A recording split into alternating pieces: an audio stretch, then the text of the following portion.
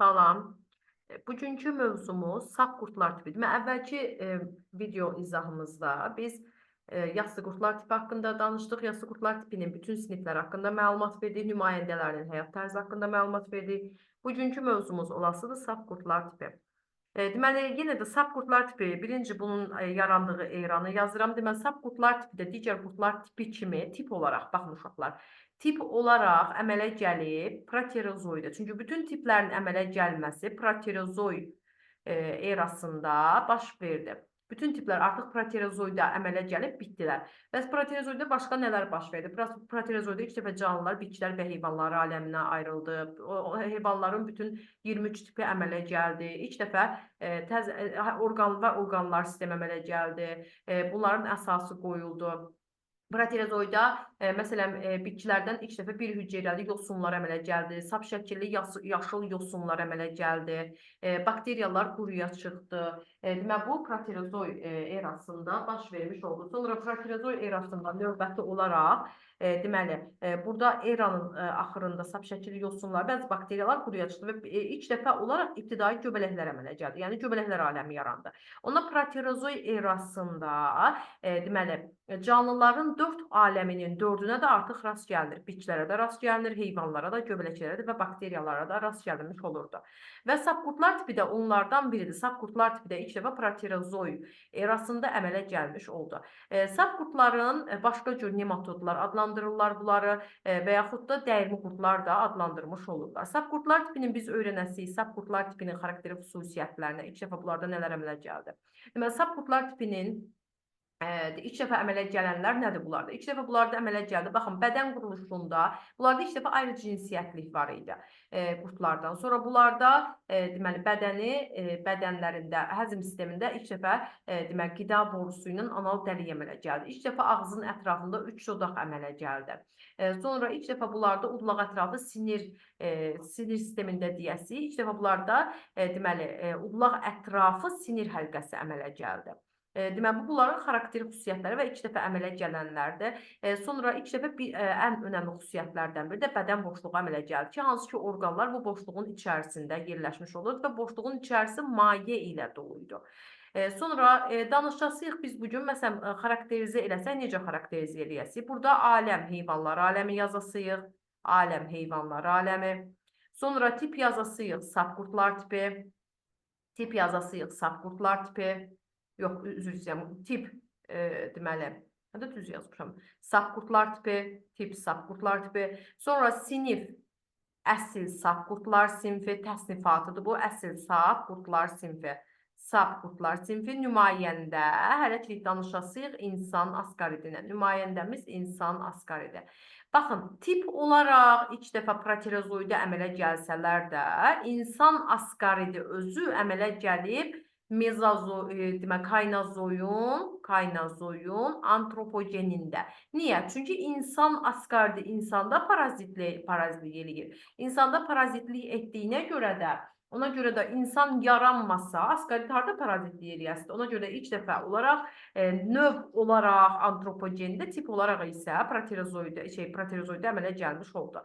Sonra uşaq biz quyruğu da sapqurdlar tipinə aid olan nümayəndələrdəndir. İnsanda parazit eləyir və deməli, insan asqaridi helmintlərin yadımızdadır ki, 3 növ helmint var idi. İnkişaf, həyat fəaliyyəti və inkişaf tipinə görə var idi.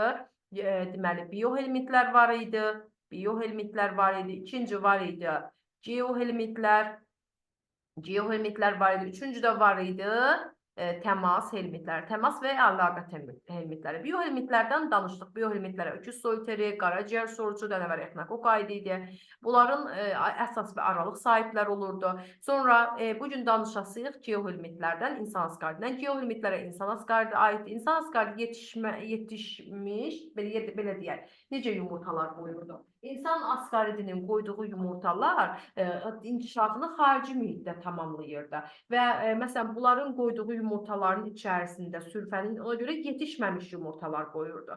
Və onun yetişməmiş yumurtaları xaricdə əlverişli şəraitdə inkişafını tamamlayırdı. İndi keçəndə baxasınız ki, necə inkişafını tamamlayır, hansı amillərin olması vacibdir. Deməli, yetişməmiş yumurtanı qoyan geohelmintlərdir. Əlaqə və təmas helmintləri isə yetişmiş və ya yetişməkdə olan yumurtalar qoyulur. Geohelmintlərə insan asqardı aiddir, təmas helmintlərinə isə uşaq biz quyruğu aiddir. Uşaq biz quyruğu təmas helmintlərinə aiddir, yenə deyirəm, yetişmiş və ya yetişməkdə olan yumurtalar qoymuş olurdu. İndi danışırıq insan asqardinin bədəninin quruluşundan. İnsan asqardı parazit, sırf parazitdir və insan orqanizmində yaşayır, insanın bağırsağında yaşayır, bağırsaqda olan qida maddələri ilə qidalanır və insan asqardinin bədəni xaricdən kutikula ilə örtülmüş, çünki o bağırsağın həlledici təsirindən qorunmalıdır və bu da onu bağırsağın həlledici təsirindən qoruyurdu. Biz qurdlarda demişdik ki, dəri əzələ kisəsi var idi, hərgəb əzələlər var idi, uzununa əzələlər var idi, bir də belqarın əzələləri var idi. İnsan asqardində bu əzələlərdən yalnız uzununa əzələlər yerləşirdi. Ona görə bunlar bədənini sadəcə qıvıraraq hərəkət edə bilirdilər, yığıb aça bilmirdilər. Və bunlarda xüsusi bir yapışma orqanı yox idi, bağırsağın içərisində sərbəst halda yaşamış olurdu. Sonra danışırıq bunların həzm sistemindən. Bunların həzm sistemi ağızdan, udulaqdan, sonra qida borusundan, burada yazmayıblar, qida borusundan və bağırsaqdan ibarətdir. Və bağırsaqdan daxil, ən sonda bağırsaqdan qida ötürülürdü. Deməli, anal dəliyə və anal dəlikdən isə xaric olunmuş olurdu. Ona görə bunlarda, məsələn, sorulsa ki, həzm sistemində neçə dəlik var? Həzm sistemində 2 dəlik var. Biri ağızda yerləşir, ikinci də anal dəlikdə dəlik var idi və qida sadəcə bir istiqamətdə hərəkət edirdi. Ağızdan daxil olurdu, anal dəlikdən xaric olunurdu. Ancaq anal dəliyi olmayan canlılarda qidanın, hansı ki biz qaraciyər sorusunu vurğulamışdıq ki, Ax-Planarini vurğulamışdıq. Bunlarda qida iki istiqamətdə olsun, şirin su idrası.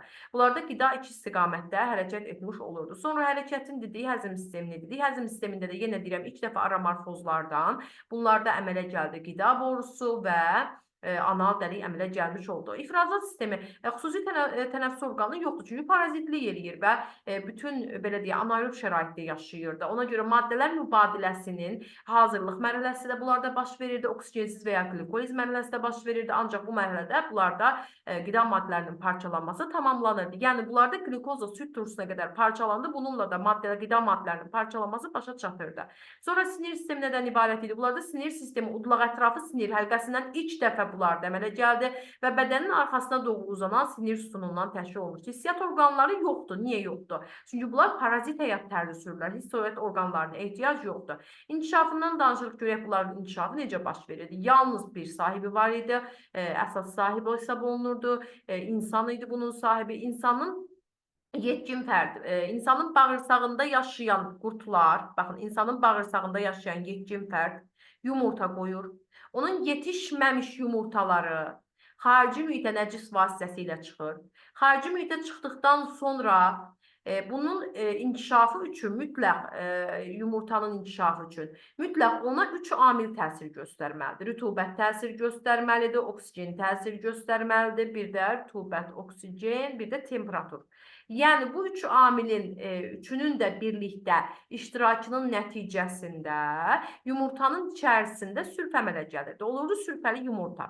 Sonra bu qurd əgər yaxşı bişirilməmiş, yaxşı yuyulmamış tərəvəzlə, yaxşı yuyulmamış göyərti vasitəsilə insan qidalanarsa, sülfəli yumurta insan tərəfindən udulur. İnsanın həzm sistemindən keçir sülfəli yumurta, hələ içərisində sülf olan yumurta. Yəni yumurtanın içərisindəki sülfə mərhələsində. Həzm sistemi ağız, udulaq, qida borusu, mədə, bağırsaqdan keçir. Onda ki, baxın uşaqlar, yumurtanın içərisindəki sülfə mərhələsində qida borusundan keçmiş oldu. Qida borusunu keçdi. Qida borusundan keçdikdən sonra gəldi, çatdı insanın deməli bağırsağına. Bağırsağında yumurtanın içərisindəki sülfədən yumurtanın divarını dəlir və yumurtanın içərisindəki yumurtadan sülfə çıxır. Sülfə biz bilirdik ki, insanda bağırsaqdan bağırsaq venası çıxır. Danışıq bu venanın içərisində çoxlu miqdarda qida maddələri olurdu. Eyni zamanda zərərli maddələr də olurdu ki, hansı ki bu zərərli maddələr 95%-ə qədər Bağırsaqdan çıxan vena vasitəsilə gəlirdi, burada təmizlənirdi qaraciyərdə. Deməli, o inkişafı siklində bağırsaq venasında oldu, qaraciyərə gəldi. Qaraciyərdən çıxan qaraciyər venası ilə aşağı boş venaya qoşuldu. Baxın, burada yazıram. Deməli, bağırsaq venası, gəlin əvvəldən yazaq. Deməli, birinci, yumurtanın içərisindəki sürfə. Yumurtada sürfə. Yumurtada sürfə mərhələsində əmələ gəldi buradan. Yumurtada sürfə keçdi insanın qida vasitəsilə insanın keçdi həzm sisteminə, yəni ağız, udulaq, qida borusu. Qida borusundan mədəyə keçdiyi yerdə burada diafraqma var. Deməli, diafraqmanı birinci dəfə keçdi. Deməli, qida borusu, sonra mədə, sonra da bağırsaq. Sonra bu oldu nə? Hələ ki yumurtada sürfə, yəni budur, yumurtada sürfə. Sonra üçüncü, yumurtada sürfədən sürfə əmələ gəldi. Sürfə bağırsaq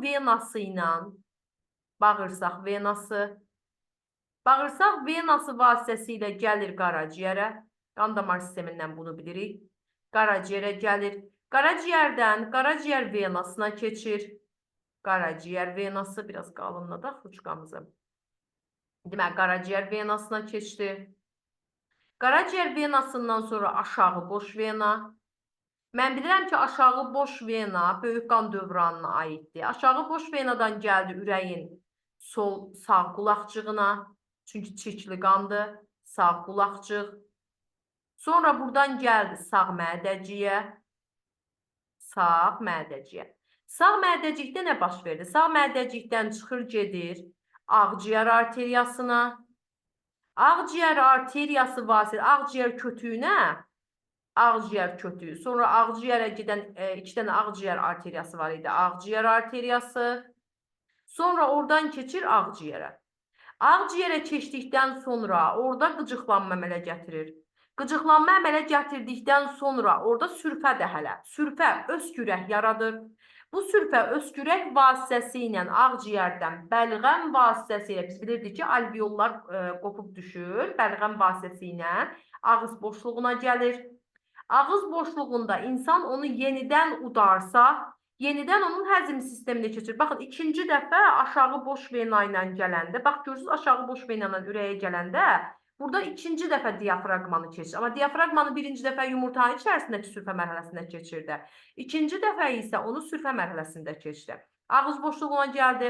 Ağız boşluğunda əgər udularsa yenidən ağız boşluğundan həzm kanalı vasitəsilə, həzm kanalı ilə yenidən görürsünüz, diafraqmanı keçdi. Keçdi bağırsağa. Artıq bağırsağa keçdikdən sonra orada bağırsaqda yetkin fərdə çevrildi. Artıq orada yetkin fərd mərhələsində yaşamağa başladı. Deməli, insan onu neçə dəfə uddu? İnsan onu 3 dəfə uddu. Birinci dəfə insan onu uddu yumurtada sürfə mərhələsində. Yumurtada sürfə. Yox, 2 dəfə uddu. Niyə 3 dəfə dedim? Yumurtada sürfə. İkinci dəfə yenidən bəlğəm əmələ gətirdi. Yenidən bəlğəm əmələ gətirdikdən sonra ikinci dəfə sürfə mərhələsində uddu. Diafraqmadan neçə dəfə keçdisə, diafraqmadan keçənləri yazıram. Diafraqmadan neçə dəfə keçirdisə, diafraqmadan keçdi 3 dəfə, 1, 2, 3. Birinci dəfə yumurtada sürfə, bu həzm kanalı ilə, həzm kanalı. İkinci sürfə aşağı boş vena ilə keçdi. Üçüncü dəfə yenə sürfə mərhələsində keçdi. Onda yenə həzm kanalı ilə keçdi. Demək, 2 dəfə sürfə mərhələsində, bir dəfə isə yumurta içərisindəki sürfə mərhələsində keçirdi. Və insanın bağırsağına keçdi. Artıq bağırsaqda orada olan qida maddələri hesabına yaşamağa başladı. İnsanda allergiya, köpmə yarada bilər. İnsanda belə deyək, əzəllərdə və oynaqlarda ağrı yarada bilər. Bu hansı ki, qurtların törətdiyi xəstəliklərin əlamətləridir.